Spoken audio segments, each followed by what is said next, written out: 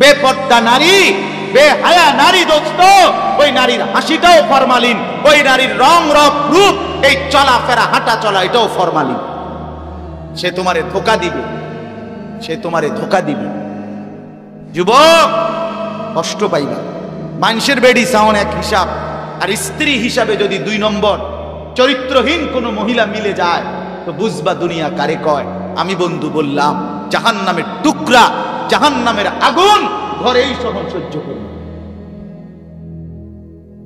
এটার খেসারত দিতে হবে। আল্লাহ দোহাই ছেলেরা বললাম, এই অব্যাহত নারী দেখা, ছবি দেখা, উলঙ্গ নাচ দেখা, বিবাহ বহির্ভূত হারাম প্রেম সম্পর্ক, নারীর পিছনে ঘুরার খেসারত, মাসুল এই দুনিয়ার হায়াতে তোমাকে দিয়ে যাইতে হবে। আমি প্রতিদিন শুনি, আমার পকেটে সব সময় ছেলেরা বিভিন্ন মাহফিলে কত সময় কত যুবক চিঠি দেয়, পড়তাম বুঝলাম, এমন এমন কথা দুঃখের, যে কথা শুনলে কলজা কাঁপে। আহা, মানুষ কি পেরেশানিতে আছে, মানুষ কি পেরেশানিতে আছে। কালকেও এক ছেলে আপনার ওই চট্টগ্রাম গেছি, চিটাগাং মাহফিল, বেচারা কি কান্না, একেবারে উচ্চ শিক্ষিত ছেলে, চাকরি করে এক জায়গায়, স্ত্রী আরেক জায়গায়, বউ বিয়ে করছে, তাও বড় চাকরিজীবী মহিলা, বেটি আরেক জায়গায়, বেটা আরেক জায়গায়। সে আসতে বললেও আসে না। হ্যাঁ, ওইখানে বেতন বেশি, তো ওইখানে বেতন বেশি, তুমি আমার স্ত্রী, তুমি থাকো কোথায়, রাত কাটাও কোথায়? এটা জিন্দিগি, এটা জিন্দিগি দোস্ত। ও ছবি দেয় একসাথে, বিবাহ বার্ষিকীর দিন, হ্যাপি ম্যারিজ ডে, আমরা দুজন খুব সুখী। ধোকা, একবারে ভিসা দিয়া বাড়ি। মিথ্যা কথা, মিথ্যা কথা। একজন তাই চিটাং, আরেকজন তাই কক্সবাজার, হ্যাপি ম্যারিজ ডে। হ্যাঁ, ধোকা, ধোকা, ধোকাবেন। আল্লাহ আমাদেরকে বুঝ দান করে। এজন্য বাপ, আল্লাহ তাআলা বলেন, আমি যার বক্ষ খুলে দিয়েছি ইসলামের জন্য, ফাহুয়া আলা নূরিম মির রাব্বিহ, সে আমার পক্ষ থেকে আলো পায়, আর সেই আলোতে চলতে থাকে, জান্নাত পর্যন্ত পৌঁছেছে। এরপরে আল্লাহ বলেন, ফাওয়াইলুল লিল কাসিয়াতি কুলুবুহুম মিন যিকরিল্লাহ। আল্লাহ বলে, আর এর বিপরীতে দুর্ভোগ, লাঞ্ছনা, লাঞ্ছনা, জাহান্নাম ওই ব্যক্তির জন্য যার অন্তর, যার দিল আমি আল্লাহর শরণ, আমার বন্দিগি থেকে উল্টো। কাসিয়াত অর্থ হলো উল্টা, উল্টা। যে জীবনে সেজদা নাই, যে জীবনে গোলামি নাই, যে জীবনে নামাজ নাই, যে জীবন জানে না কোরআন কেমনে পড়ে, আহা, যে জীবন জানে না আল্লাহ কি, আখিরাত কি, হালাল হারামের পার্থক্য বোঝে না, 30 বছর সুদের ব্যবসা করে, 20 বছর ধরে ঘরে রঙিন টেলিভিশন চলে, 5 বছর 10 বছর ধরে কোনোদিন সত্য কথা বলে না। আহা, এমন নাফরমান কি 1-2 জন? আল্লাহ বলে, এই যে মানুষগুলো আমি আল্লাহর শরণ থেকে যে উল্টো, আল্লাহ বলে তাদের জন্য ফাওয়াইলুন, দুর্ভোগ, লাঞ্ছনা, উলাইকা ফি যালালিম মুবিন, তারা সুস্পষ্ট গোমরাহি, পথভ্রষ্টতার মধ্যে নিমজ্জিত।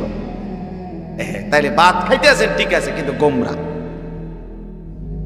গুমজান ঠিক আছে, কিন্তু নামাজ, জিকির, বন্দিগি, আল্লাহর ইবাদত, হালাল হারামের পার্থক্য, কোরআনুল কারীমের তিলাওয়াত, দিন মোতাবেক চলা, এটা যার নসিব হয় নাই, আল্লাহ বলেন সে আমার পথের উল্টো, সে গোমরা, গোমরা, গোমরা, পথভ্রষ্ট। চারিপাড়া জনাব মোহাম্মদ হারুনুর রশিদ ফকিরের বাড়ি সংলগ্ন আজকের এই মোতাবাররাক বাৎসরিক ওয়াজ ও দোয়ার মাহফিলে আল্লাহওয়ালা বুজুর্গদের, ওলামায়ে কেরামের উপস্থিতিতে কোরআন ও সুন্নাহর কথা শুনবার উদ্দেশ্যে আল্লাহ তাআলাই আমাদেরকে আসবার, বসবার, আল্লাহর জন্যই জমা হওয়ার তৌফিক দান করেছেন। এজন্য আমরা সকলেই বলি আলহামদুলিল্লাহ। মুআজ্জাজ মুহতারাম হাজিরিন, একটি সুন্দর দ্বীনি মাহফিলে আমরা সবাই জমা হয়েছি। প্রত্যেকেরই একটা মহৎ উদ্দেশ্য আছে।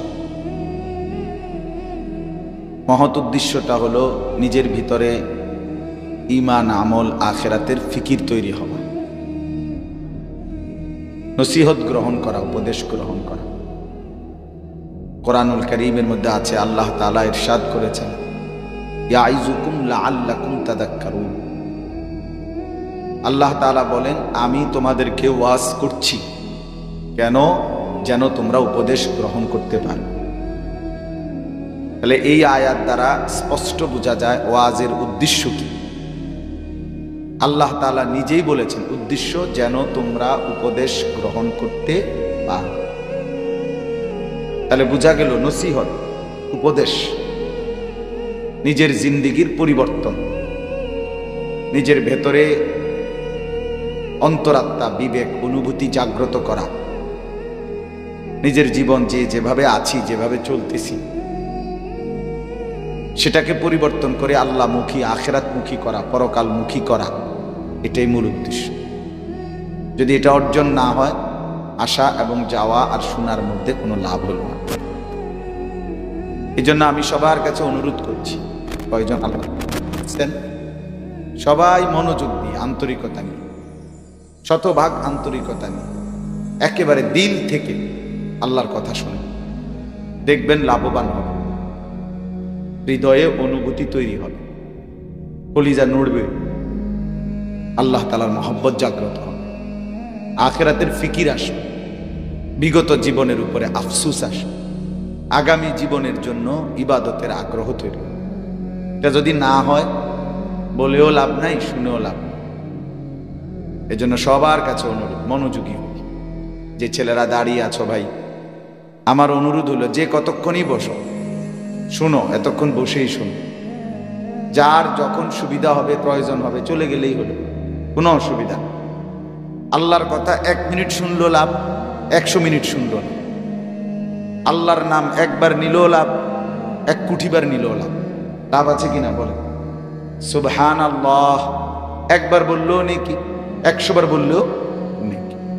তার মানে আল্লাহর কথা, কোরআনের কথা বললেই লাভ, শুনলেই লাভ, উচ্চারণ করলেই লাভ।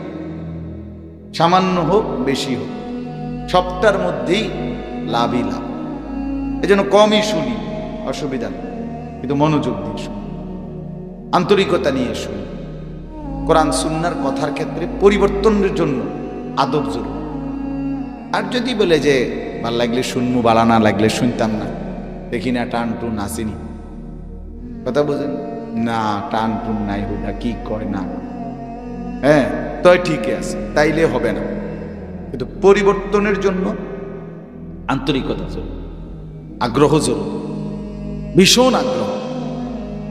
হাদিসের মধ্যে আছে, সাহাবায়ে কেরাম রাসূলুল্লাহ সাল্লাল্লাহু আলাইহি ওয়াসাল্লামের কথা যখন শুনতেন, সাহাবায়ে কেরাম বর্ণনা করেন, কান্না আলা রুউসিনা তাইর, আমাদের কাঁধে মাথায় যেন পাখি এসে বসত। অর্থাৎ এতটাই স্থির, যেই ডাল নড়ে ওই ডালে পাখি বসে না। ডাল, গাছের ডাল যদি সারাক্ষণ নড়ে, ওটাতে পাখি বসবে না। যেটা মোটা স্থির, পাখি এসে ওইটাতে বসে। সাহাবায়ে কেরামের নবীজির প্রতি নজর এতটা আগ্রহ ছিল যে ওনারা নড়াচড়াও করতেন না, মনে হইতো যেন পাখি এসে কাঁধে মাথায় বসছে। এরকম ছিল ফিকির, শুনতে এতটা মনোযোগ।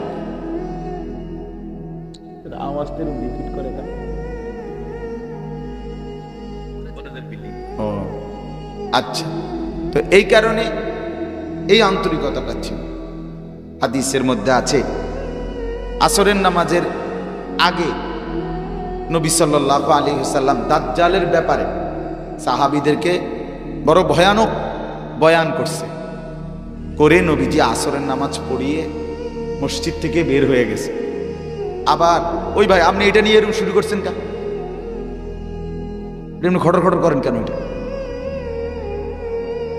আর কি তামসানা শুরু করছেন, ওইগুলোর মতো লাগ থুইয়া রাখেন, এটা যা ওটা উঠল। তো আল্লাহ নবী সাল্লাল্লাহু আলাইহি ওয়াসাল্লাম মাগরিবের নামাজের আগে আবার আয়েশা মসজিদে ঢুকছে। তো আসরের আগে দাজ্জালের ব্যাপারে সাহাবীদের সামনে বয়ান করছে। মাগরিবের আগে নবীজি আয়েশা মসজিদে ঢুকে তাকাইয়া দেখছেন যেই সাহাবী যে যেখানে বসা ছিল তিনি এখনো ওইখানেই ওইভাবে বসা আছে। মুসলিম শরীফের হাদিস। নবী সাল্লাল্লাহু আলাইহি সাল্লাম অবাক হয়ে গেল, আরে তোমরা সব এখানে পড়ে আছো, বসে আছো, কেউ বাইর হও নাই এই লম্বা টাইম। মিসলা আউয়ালে নামাজ পড়লে আসর থেকে মাগরিব, সৌদি আরবে এখনো জোহর থেকে আসর যে দূর সময় ব্যবধান, আসর থেকে মাগরিব বেশি, প্রায় 2-2.5 ঘন্টা। এই 2-2.5 ঘন্টা এমনি বসা ওনারা জাগা। নবী সাল্লাল্লাহু আলাইহি ওয়াসাল্লাম বললেন, তোমরা বের হও নাই, কেউ যাও নাই বাহিরে? আল্লাহ নবী সাল্লাল্লাহু আলাইহি সাল্লাম ঠিক আছে, লোক আমি শোনা আন্দা থাকতেই আমার খুব চিন্তা। আল্লাহ মাফ করে দেন। জি বাপ। তো আল্লাহ নবী সাল্লাল্লাহু আলাইহি ওয়াসাল্লাম জিজ্ঞেস করলেন যখন, কেন বের হইলা না তোমরা, সবাই বসে আছো? সাহাবায়ে কেরাম বললেন, ইয়া রাসূলুল্লাহ, আসরের নামাজের আগে দাজ্জালের যেই ভয়ানক বর্ণনা আপনি আমাদের সামনে দিলেন, আমাদের ভয় হচ্ছিল যে মসজিদের বাহিরেই দাজ্জাল দাঁড়াইয়া আছে, বাইর হইলেই না জানি ঈমানটা নিয়ে যায় কিনা, এই ভয়ে আমরা এখানেই বসে আছি। এই সাহাবায়ে কেরামের কলিজায় নবীজির কথা কি পরিমাণ আসর করত, ঠিক কি পরিমাণ কথাটাকে প্রভাব ফেলছে যে নড়াচড়াই ভুলে গেছে, মসজিদ থেকে বের হওয়ার অনুভূতি চলে গেছে। বল, আমি কত সময় দেখছি আমার এই ছোট্ট জীবনে, এইখান দিয়ে আমিও বাইরেছি ওয়াজ শেষে, পাবলিকও বাড়েছে, বুড়া মিয়া এই জাগাত এন থেকে অনেক গেছে হয়তো, মানে অন্য কোনো জায়গায় বিড়িটা ধরাইছে এনে একের জাগাত, এই রুম ডাকাত কি আশ্চর্য, মানে এন থেকে কোনো বলে আধা কিলো ওয়াজের কোনো টেম্পার নেই। এখান থেকে বাইর হইয়া ওই কোনাত গিয়া এক কোনা দিয়ে বৈশা বহুত ছেলে পেলে বা মাঝ বয়সী বৈশা ফেসাব করতে আছে। কি তো টয়লেট পেপার কই, ফানি কো, ফানি কো, আমনের ফানি কই আনে। আহ কি অসভ্য, কে নোংরা মানুষ, ছি ছি ছি। অথবা উঠতে সময় বলে দিছে, আরে হুজুররা তো কয় ভালোই, কথা তো ঠিকই কয়, বুঝি তো, আমরা লেগেই তো কয়, পারি তো না, শেষ। মানে আপনার এই 1.5 ঘন্টার কথার মধ্যে ফানি দিয়ে দিল। 4 জন হুজুরে যা মেহনত করলো কইয়া, উনি এই সবার কথার উপরে পানি ঢেলে দিছে, শেষ। হইতো না, মানে এটা পারতাম না, পারিত না, পারিত না। আপনি আগেই যদি বলে ফেলেন, আপনি পারবেন কিভাবে? বলেন, আপনি বদলাবেন কিভাবে? মানুষ যদি আগেই হতাশ হয়ে যায়, হাল ছেড়ে দেয়, হবে কিভাবে? এই জন্য বাপ আমার, ভাই আমার, বন্ধু আমার, আমি অনুরোধ করছি, পরিবর্তন দরকার। দোস্ত আমার, শুধু শুনলেই হবে না, আয়োজন করলেই হবে না। চেয়ারম্যান সাহেব এই কথাটা এখন বললেন, সুন্দর কথা, যে মাহফিল প্রচুর হচ্ছে, আলহামদুলিল্লাহ। পরিবর্তনের কি অবস্থা সেটা তো দেখার ব্যাপার দোস্ত। আপনি যদি মনে করেন 1 মাসে 10টা ওয়াজ শুনে থাকেন কথার কথা, তাহলে 3 জন করে বক্তা ধরেন কমপক্ষে, তাহলে 10টা ওয়াজে 3 জন বক্তা হইলে 30 জন, ঠিক না? তো বক্তা তো বদলাইলো 30 জন, আমনে বদলাইছেন নি? এটা আমার কথার উত্তর দেন। বক্তা তো বদলাইছে কয়জন? 30 জন।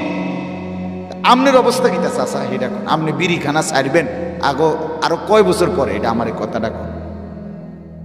আর কে বললে, মানে কেমনে বললে আল্লাহর কোরআন এবং রাসূলুল্লাহর হাদিস, এর চাইতে আর কোন কথা বললে আপনি চা দোকানে টেলিভিশন দেখা বন্ধ করবেন? আল্লাহ দোহাই আপনি কোন কি কইলে বুঝবেন? আপনি আর কি বলি, মানে কার কেমনে কইলে? আপনি যদি বলেন আপনার সামনে কতক্ষণ গই যাই ঠিককারি বলেন, কি পরিমাণ বিবেকহীন মানুষ। 60 বছর বয়স্ক মানুষ, 60 বছর বেটার হায়াত চাচা, এখনো বিড়িখানাটা ছাড়তে পারলেন না। আপনি কি মরতেন না তাইলে? আপনি কবরে যাইতেন না চাচা? কি পরিমাণ পাষাণ। 60 বছর বয়স, এখনো ঘন্টার পর ঘন্টা চা দোকানে বসে বেডিতের নাচ গান, অশ্লীল নাচ গান, নাটক, সিনেমা দেখতেছে। কবরে যাবেন কোন দিন?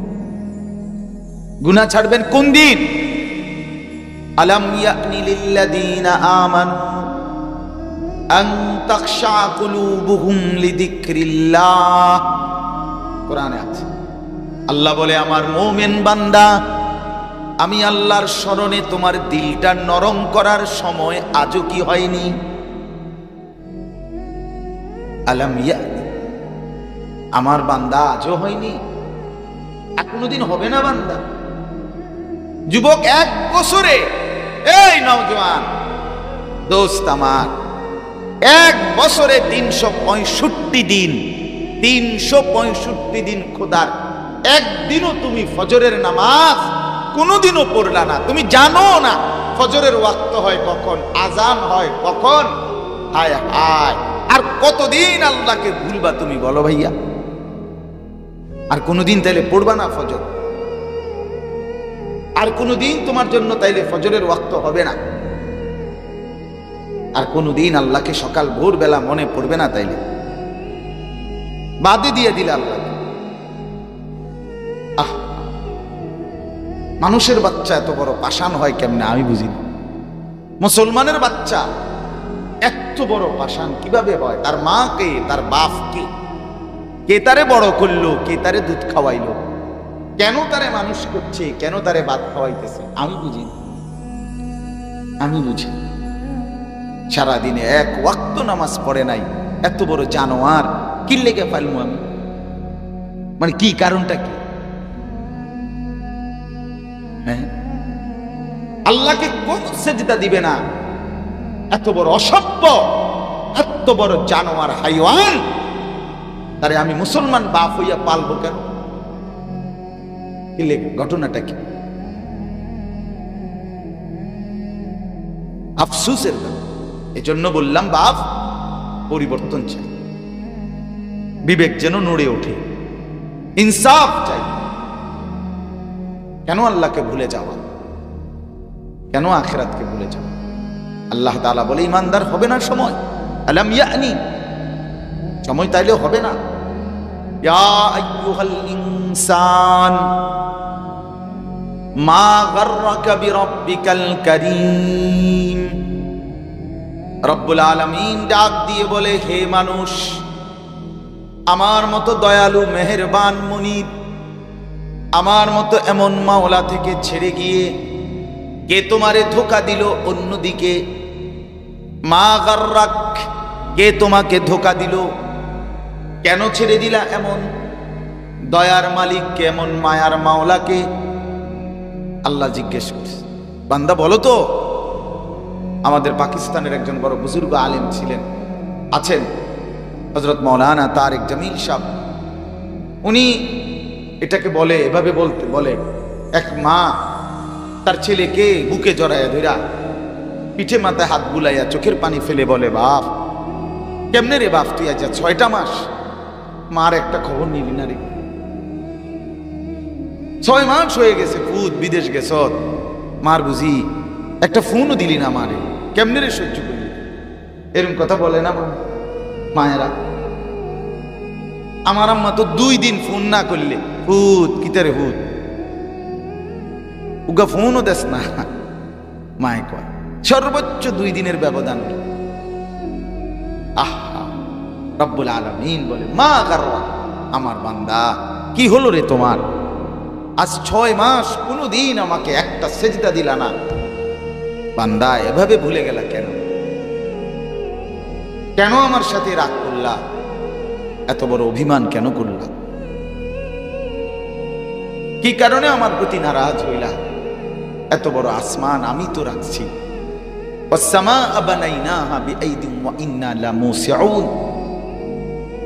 এত বড় আসমান আমি আল্লাহ তোমাদের উপরে বিস্তীর্ণ করে রেখেছি। এই জমিন আমি বিছিয়ে দিয়েছি, বিনিময়ে আমি সেজদা পাই না? ও চেয়ারম্যান এখন কি কইল? ভোট চাইলো কি কইয়া বলেন? এখন কি চাইলো? ভোট চাইলো কি বইলা? কি বলে ভোট চাইছে? যে 10 বছরে উনি কি আপনাদের জন্য কাজ করে নাই? উনি কি আপনাদের জন্য এটা এটা দেয় নাই? এটা বলছে কিনা এখন বলে? তাহলে এই পূর্বের এই কাজগুলোর দোহাই দিয়ে ভোট চাইছে, চাইছে কিনা বলেন? তো রব্বুল আলামিন বলে, বান্দা আমি কি না দিছিলাম? বান্দা আরে না ফরমান, কেন সেজদা দিলি না? কেন সেজদা দিলি না? এই যুবকরা, আজকে সারাদিনে এক ওয়াক্ত নামাজের সেজদা ফজর থেকে এশা যার কপালে নাই, আরে তুই মানুষের বাচ্চা কেমনে বেটা? তুই মানুষের বাচ্চা কেমনে বেটা? তুই মুসলমানের বাচ্চা হইলি কেমনে বেটা? জীবন মানে কি কুত্তার মতো জিন্দিগি? জিন্দিগি কি জানোয়ারের জিন্দিগি? একবার পেশাব করে পানি নাও না, তুমি রাস্তার কুত্তা দেখো না? কুত্তাও তো মুত্তা পানি লয় না। আস্তাগফিরুল্লাহ, আস্তাগফিরুল্লাহ। একদিনও ফজরের নামাজ পড়তে মন চায় না, এইভাবেই বেনামাজি জিন্দিগি। জন্তু জানোয়ারের মতো ঘুম থেকে 7টা 8টা 9টা বাজে উঠতেছ। আস্তাগফিরুল্লাহ, তুমি রাস্তার জানোয়ার দেখো না বন্ধু?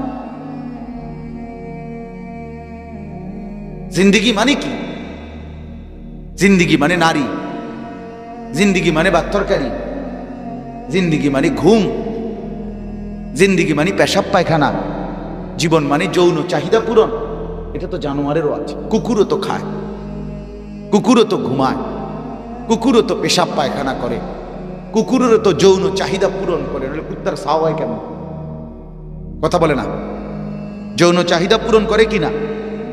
নাহলে বাচ্চা কাচ্চা হয় কেমন এগুলো? তো আমার জিন্দিগি যদি এরই নাম হয় জীবন, তাহলে আমি মানুষ হব কেন? আমার আলাদা বিশেষত্ব কি? আলাদা বৈশিষ্ট্য, আলাদা পরিচয় কি দোস্ত আমার? বলেন। ছেলেরা আমার, বাপ আমার, বন্ধু আমার, পর্দার আড়ালের মায়েরা, বোনেরা, আমি সবার কাছে বলছি, আপনার মানুষ পরিচয় আলাদাভাবে আপনি নির্বাচন করেন। কি কারণে মানুষকে কি কারণে মানুষ বলে? ভাত খায় এই কারণে মানুষ বলে, কথা কন না?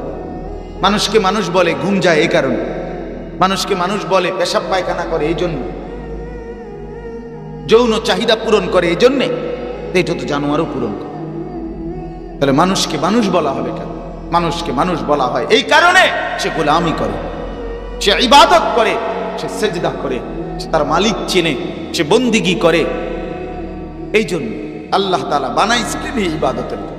ওমা খালাকতুল জিন্না ওয়াল ইনসা ইল্লা লিয়াবুদুন। আরবি ভাষায়, আরবি ব্যাকরণের একটা নিয়ম আছে, নফি ইস্তিসনা, তাকিদ বুঝায়, হসর বুঝায়, সীমাবদ্ধ বুঝায়, সীমাবদ্ধ। অর্থাৎ মানুষকে আমি ইবাদত ছাড়া অন্য কোনো কারণে বানাই নাই। অতএব যেই মানুষটার জীবনে কোনো ইবাদত নাই, এটা কোনো মানুষও না, মানুষের জাতও নাই, কোনো মানুষের জাতও না। সে মানুষের জিন্দিগিতে ইবাদত সেজদা যার কপালে নেই, তার কোনো কপালে নেই, কপাল পোড়া, মন্দ কপাল, দুর্ভাগা। কোরআনে আছে দোস্ত, কোরআনে আছে জাহান্নামী জাহান্নামের আগুনে ভীষণ ভাবে যখন হাবুডুবু খাবে, আল্লাহ তাআলা কোরআনে বলছে তালফাহু ওয়ুজুহাহুমুন নার। জাহান্নামের আগুনে নাফরমান তোর গাল একবার ডান দিক চাপ দিয়ে জ্বালানো হবে, আবার উল্টা দিক বাম দিক গাল চাপ দিয়া, কই মাছ তেলাপিয়া মাছ গরম তেলে যেভাবে ভাজে চাপ দিয়া দিয়া, এইভাবে তোর গাল দুইটা জ্বালানো হবে, একদম বিভৎস কালো হয়ে যাবে চেহারা। আর জাহান্নামী বলবে বারবার, আল্লাহ আমাকে একটু বাঁচান, একটু বাঁচান। আমাকে একটু দুনিয়া ফেরত যেতে দেন। তখন আল্লাহ বলবে, আলাম তাকুন আয়াতি তুতলা আলাইকুম ফাকুনতুম বিহা তুকাদ্দিবুন। আমার বান্দা বলো তো, আমার কোরআন, আমার আয়াত, আমার কথাগুলো কি তোমার কাছে বারবার বলা হয়নি? ফাকুনতুম বিহা তুকাদ্দিবুন, তুমি তো বারবার সেগুলোকে মিথ্যা মনে করেছে। আজকে প্রথম আমি নামাজ 5 ওয়াক্ত, এটা তো প্রথম 2023 সালে 26শে ডিসেম্বর আমি তো প্রথম কইছি, ঠিক না? আপনার কাছে কথা বলে না কেন? আপনারা এখানে এমন একজন ভাগ্যবান হাত উঠান, ইন্নালিল্লাহি হুজুর আপনারও যদি আজ না আইন তো কি অবস্থা হইতো। এই কথাটা তো আর শুনলাম না হইলে, যে নামাজ 5 ওয়াক্ত এত বড় আশ্চর্য কথা আপনার মতো হুজুর আনে না। শুনছি কত হুজুর আইলো গেল, কেউ তো গেল না, এরকম কথাটা এমন। তাইলে লক্ষবার, হাজারবার আপনাদের কানে পৌঁছেছে কিনা? আপনার মসজিদের ইমাম, আপনার মসজিদের খতিব, আপনার মহল্লার আলেম দ্বীন যেইভাবে আল্লাহ তাআলা বলে, বান্দা জাআকুমুন নাযীর, আমি আমার পক্ষ থেকে ভয় প্রদর্শনকারী প্রেরিত বান্দা। আগে পাঠিয়েছি নবী রাসূল, এখন পাঠাচ্ছি ওলামায়ে কেরাম। আমি কিন্তু যথাযথ ব্যবস্থাপনা করেছি। প্রত্যেকের কানে আল্লাহর কথা, আখিরাতের কথা, জান্নাত জাহান্নামের কথা আমি পৌঁছাইছি। যার কানে পৌঁছে নাই তারা আমি আযাব দেব না। যে জানেই না সে আমল করবে না, কিন্তু আল্লাহ বলেন আমি পৌঁছাইছি, তুমি অস্বীকার করেছ। এই তখন কোরআনে আছে, নাফরমান জাহান্নামী বলবে, রব্বানা গালাবাত আলাইনা শিকওয়াতুনা। এই কথাটা শোনো ভাই, রব্বানা গালাবাত আলাইনা শিকওয়াতুনা। এই যুবক দোস্ত শোনো, আল্লাহর কাছে তখন নাফরমান জাহান্নামী বলবে, আল্লাহ আমার কপালটা বড় মন্দ, কপাল মন্দ। গালাবাত আলাইনা শিকওয়াতুনা, এটার অর্থ এটা, আমার কপাল মন্দ, মন্দ কপাল আমি বুঝি। এরপরে কি বলবে? আরেকটা কথা বলবে, অকুন্না কওমান দাল্লিন। এই কথাটাও শুনেন, বাবারাও শুনেন, মারাও শুনেন, যুবক ভাই তোমরাও শুনো।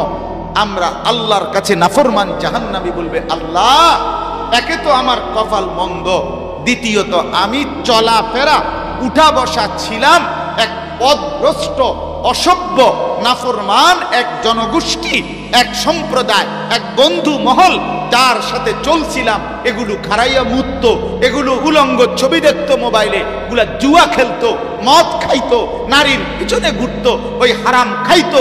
এই হারাম কর বাটপার সিটারের লগে আমি চলতাম ফিরতাম, এই কারণে ধরা খাইলাম। অকুন্না কওমান দাল্লিন। রব্বুল আলামিন, আমি পথভ্রষ্ট গোমরা এক সম্প্রদায়ের অন্তর্ভুক্ত ছিলাম, যাদের সাথে উঠছি বসছি জীবনে কোনোদিন নামাজের কথা বলে নাই, হালালের কথা বলে নাই, আখিরাতের কথা বলে নাই, ঘরেও শুনি নাই, বাইরেও শুনি নাই। বিকাল 3টা বাজে বন্ধুদের সাথে বের হয়েছি, রাত 12টা 11টায় ঘরে ফিরেছি। 7 ঘন্টা 8 ঘন্টা বন্ধুদের সাথে আড্ডা দিয়েছিলাম। সঙ্গের বন্ধুরা 24 ঘন্টার এই 8 ঘন্টা শুধুই নারী, শুধুই অশ্লীল কথা, উলঙ্গ কথা, শুধুই মোবাইলে জিনা ব্যভিচারের ছবি, আর বাজে আর ফালতু অশ্রাব্য কথা ছাড়া, গালিগালাজ আর মন্দ কথা ছাড়া আর কিছুই বলে নাই। হাসতে হাসতে তো অনেকে, আমি কত সময় দেখি চলাফেরায় সমবয়সী বন্ধু মানুষ, আহারে একজন আরেকজন অকথ্য গালি দেয় হাসতে হাসতে, একের কোনো কারণ ছাড়া, শুধু শুধু। এইটা কি? আরে বেটা তুই এমনি গালি দেস কেন মানুষকে? ছি ছি ছি ছি, শুধু শুধু গালি দেয়, শুধু শুধু, শুধু শুধু একজনের লাথি দিয়ে লাইল, শুধু শুধু থাপ্পড় দিয়ে লাইল। কিরে তাপ দোস্ত কি কিছু বলে এতে ব্যথা পায়, কিছু কি অসুবিধা কি? এমন বর্বর মূর্খ নাদান। এই জন্য একজন ভালো সঙ্গী পাওয়া সবচেয়ে বড় সম্পদ, অনেক বড় নিয়াম। উপযুক্ত বন্ধু পাওয়া, যে বন্ধু আখিরাত মনে করা। এই জন্য আল্লাহ রাসূল সাল্লাল্লাহু আলাইহি ওয়াসাল্লাম বলেছেন, যার কপালে একজন নেককার স্ত্রী সঙ্গী বিবি জুটছে, সুবহানাল্লাহ, তুঈনুহু আলা দীনিহি আই ঈমানিহি, যেই বিবি তাকে নেকের কাজে, দ্বীনের কাজে, ঈমানের কাজে সহযোগিতা করে, কসম আল্লাহ রসুল বলে কোন মুমিন বান্দা এই কায়নাতের দুনিয়ার সবচেয়ে বড় সম্পদ এটাই অর্জন করলো, একজন নেককার পবিত্রা দিনদার স্ত্রী জুটে গেল, একজন সঙ্গী, যে সঙ্গী তাকে আখিরাত মনে করা, পরকাল মনে করে, এমন একটা স্ত্রী যার কপালে জুটছে। রাসূল বলে মাস্তাফাদাল মুমিনু মিন বাদি তাকওয়াল্লাহ আল মারআতুস সালিহা। আল্লাহকে ভয় করে এক মুমিন বান্দা যা কিছু দুনিয়ায় অর্জন করলো, তার মধ্যে সবচেয়ে বেশি উপকৃত হলো যেই নিয়ামত দ্বারা, সেটা হলো একজন পবিত্র স্ত্রী, সঙ্গী। সঙ্গী বড় নিয়ামত, সঙ্গী বড় নিয়ামত। এজন্য নেক স্ত্রীও বড় নিয়ামত, অনেক বড় সৌভাগ্য, অনেক বড় কপাল যার স্ত্রী তার স্বামীকে দ্বীনের কাজে সহযোগিতা করে। আমরা ব্যক্তিগতভাবে যদি নেক স্ত্রী বুঝমান না পাইতাম, তাহলে এই সারাটা বছর চরকির মতো দৌড়াই, সারাটা বছর। আমি ফজরের ওয়াক্তের একটু আগে হাঁটাজারি চট্টগ্রাম থেকে আসছি, 2 ঘন্টা 4 ঘন্টা 5 ঘন্টা সংসার ঘরে, এই এতটুকুই জিন্দিগি, উঠেই দৌড়, উঠেই দৌড়, উঠেই দৌড়। তো বিবি এটা বোঝে যেটা আখিরাতের পুঁজি হচ্ছে। একজন স্ত্রী যদি সহযোগী হয়, উত্তম সঙ্গী হয়, অনেক বড় সঙ্গী। ঠিক এরকম যদি চলার পথে একজন বন্ধু, আমার ড্রাইভার, আমার গাড়ির ড্রাইভার, আলহামদুলিল্লাহ, যা 5 বছরে আমি চলার পথের যে নামাজ, আমার মনে হয় আমার স্পষ্ট হিসাব, 5 বছরে আমি যতবার মনে করাইছি নামাজের কথা তার চাইতে কমপক্ষে 100 বার বেশি, 1000 বার বেশি সে আমারে মনে করাইছে নামাজের, আমার গাড়ির ড্রাইভার। আলহামদুলিল্লাহ, সঙ্গী, সঙ্গী। আমি কত সময় গাড়িতে ঘুমাই যাই পরিশ্রমের, কিন্তু অটোমেটিক সে স্বাভাবিক হিসাব করেই কোথায় গিয়ে জামাত পড়তে হবে, টাইমলি জামাতের 5 মিনিট আগে, যাতে ওযু করতে পারি 6-7 মিনিট আগে, উপযুক্ত সময়ে সে আপনার গাড়ি থামান, জামাতের জন্য রেডি। উত্তম সঙ্গী, এটা বড় নিয়ামত, এটা বড় কি বড় নিয়ামত।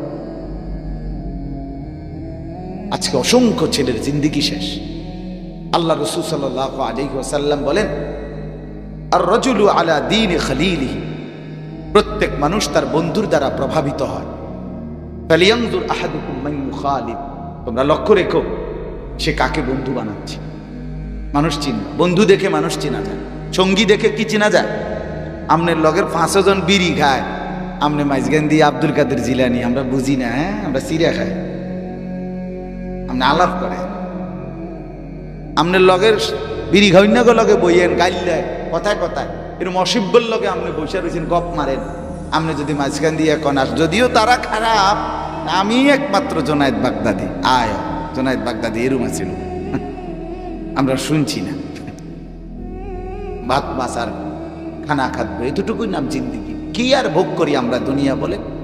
দুনিয়া খুব বেশি কি বাপ, এই ফাঙ্গাস তেলাপিয়া, আজকে ফাঙ্গাস কালকা তেলাপিয়া, হ্যাঁ আজকে ফার্মের মুরকা কালকা কক মুরকা, আজকে ফুলকপি পাতা। আমি বাসার বাজার করি তো, আমি আমার বিবি রেডে কিতা আনতাম, কিতা কিতা কইতাম আমার এডি, তাই বললাম কালকে কিতা আনছি, কালকে ফুলকপি, তো আজকে ফাতা করি নাই তো, কি বলেন না কি, আমরা এই তো না, বাজারেই তো এরকম, বা আছে তো বাজারে, কালকে মুরগি খাইছে তো আচ্ছা ঠিক আছে, আজকে মাছ কিনি, আজকে মাছ কালকে মুরগি, এই তো ঘুরে ফিরে, এই তো শাক আলু ভর্তা ডাল, এই তো বাপ দুনিয়া। আহামরি কি, কোটি টাকা আছে, কি ভোগ করবেন দুনিয়া, কি ভোগ করবেন? এরপরে ডাক্তারদের কাছে গেলে তারা তাকে আঁশ দিলেও কয়টার মধ্যে আপনার জীবাণু আছে,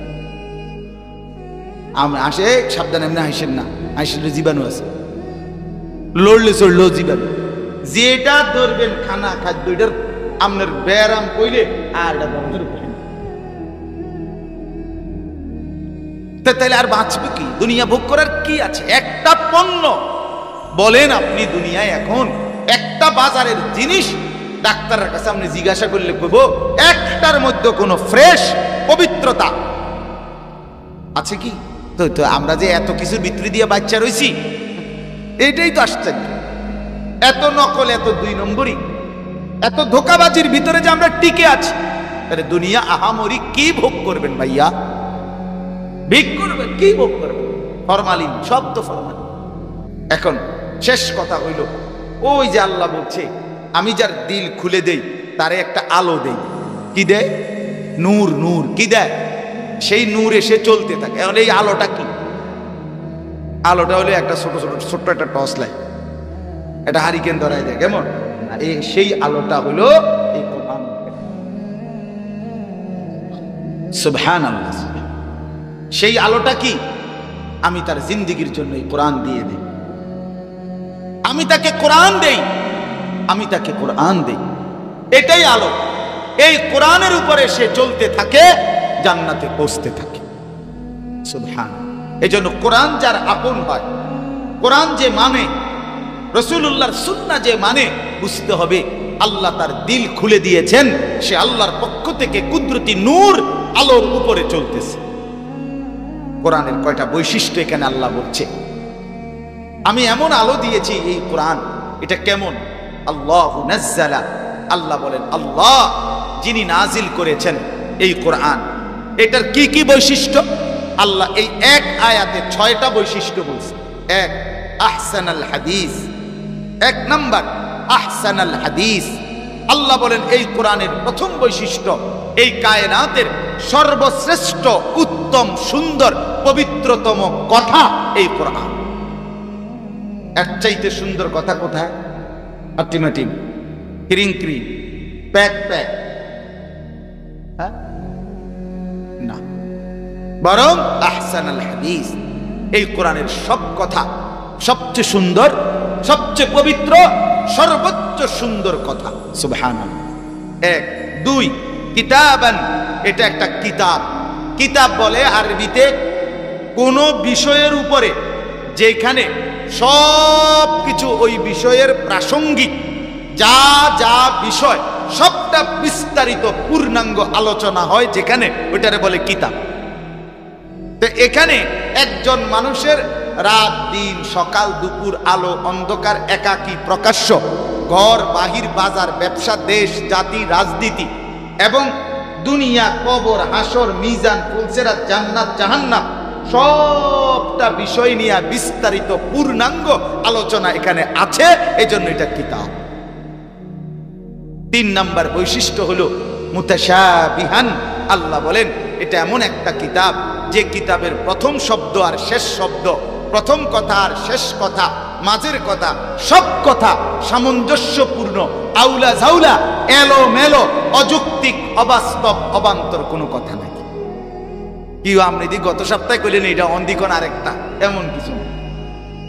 সব কথা সামঞ্জস্য, আল্লাহর কথা। 4 নাম্বার মাথানিয়া।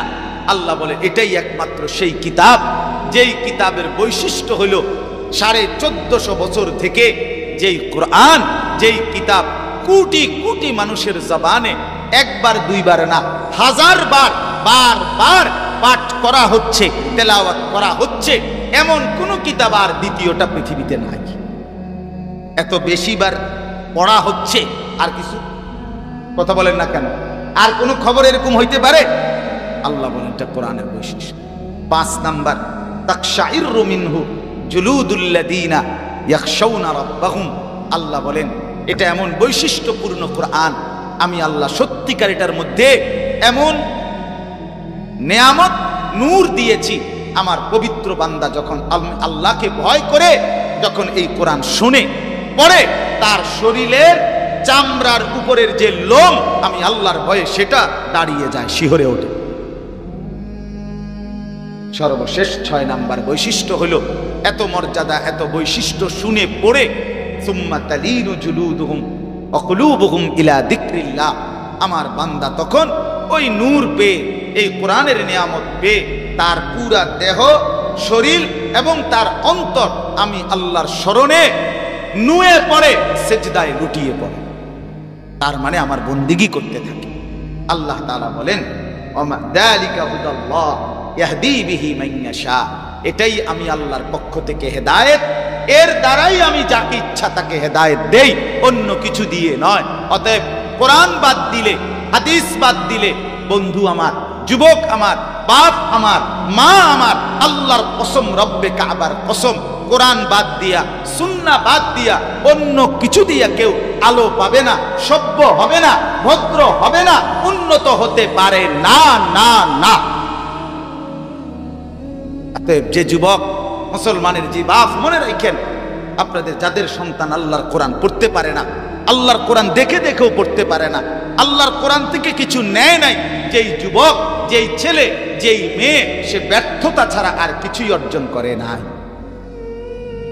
বলো না, এছাড়াও তো সে অনেক কিছু করছে, এছাড়া জিডি পড়ছে, ফইরা যেই ভাত তরকারি খায়, এটি টোটাল না ফইরা মুরুক্ষ ব কলম এত বেশি ভাত খায়। আমনে বাংলা, অঙ্ক, ইংরেজি, পদার্থ, জীববিজ্ঞান, রসায়ন বিজ্ঞান মিল্লা দুনিয়া যা ভোগ করেন, আমি এতে বহুত মূর্খ, নামও দস্তখত করতে জানে না, টিপসই দেয়, এরকম বহুত লোক দেখছি এতে বেশি দুনিয়া ভোগ করে। কথা বলেন না কেন? তো লাভ কি হইল? লাভ কি হইল? এই জন্য আল্লাহ বলেন, আমি হেদায়েত দিয়ে থাকি কোরআনের মাধ্যমে, সুন্নাহর মাধ্যমে, এটা ছাড়া অন্য কিছু দিয়ে নয়। ওয়া ইউদলিলিল্লাহু ফামা লাহু মিন হাদ। শেষ কথা আবারও শুনেন মনোযোগ দিয়া।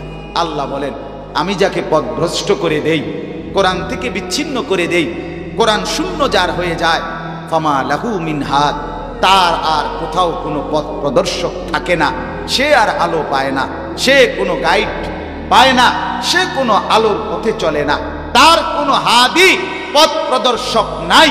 এজন্য কোরআন থেকে বিচ্ছিন্ন যে, সুন্নাহ থেকে বিচ্ছিন্ন যে, তার জীবনে আলো নাই, তার জীবনে কোনো পথ প্রদর্শক নাই, তার জান্নাতের কোনো আশা নাই, তার উপরে আল্লাহর কোনো সন্তুষ্টি নাই, তার উপরে রাসূলুল্লাহর কোনো মহব্বত নাই।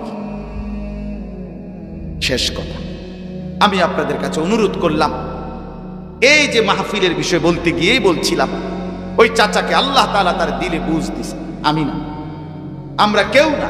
কে দয়া করছে? বলেন না, কে দয়া করছে? আল্লাহ দয়া, আল্লাহ শরহেছে, আল্লাহ বুঝ দিছে যে কোরআন শোনা উচিত, হাদিস শোনা উচিত। আল্লাহ যদি বুঝ না দেয়, আল্লাহ যদি পথ হারা করে দেয়, বাপ, আপনি বলবেন যে হুজুর তারা বোঝে না, অমুকে বোঝে না। আরে না, আমার কথা বোঝে না এটা কথা না তো, আল্লাহ দয়া না করলে বুঝবেন, আল্লাহ দয়া না করলে বুঝবেন। এই জন্য আমরা আপনাদের কাছে অনুরোধ করলাম, দিন মানেন, আল্লাহকে মানেন, কোরআনকে মানেন। যুবক বন্ধুদেরকে অনুরোধ করছি, ছেলেরা আমার, জিন্দিগি যেন নষ্ট না হয়। কাজে লাগাইলো এই হায়াত, নষ্ট করে দিল এই হায়াত, আর আসবে না, এটাই শেষ। একবারই বাপ চাচা মুরব্বীরা চা দোকানের আড্ডা বন্ধ করে দেন, বিড়ি সিগারেটের অভ্যাস ছেড়ে দেন। যেটুকু হায়াত বাকি আছে বাবা, চাচা, সারা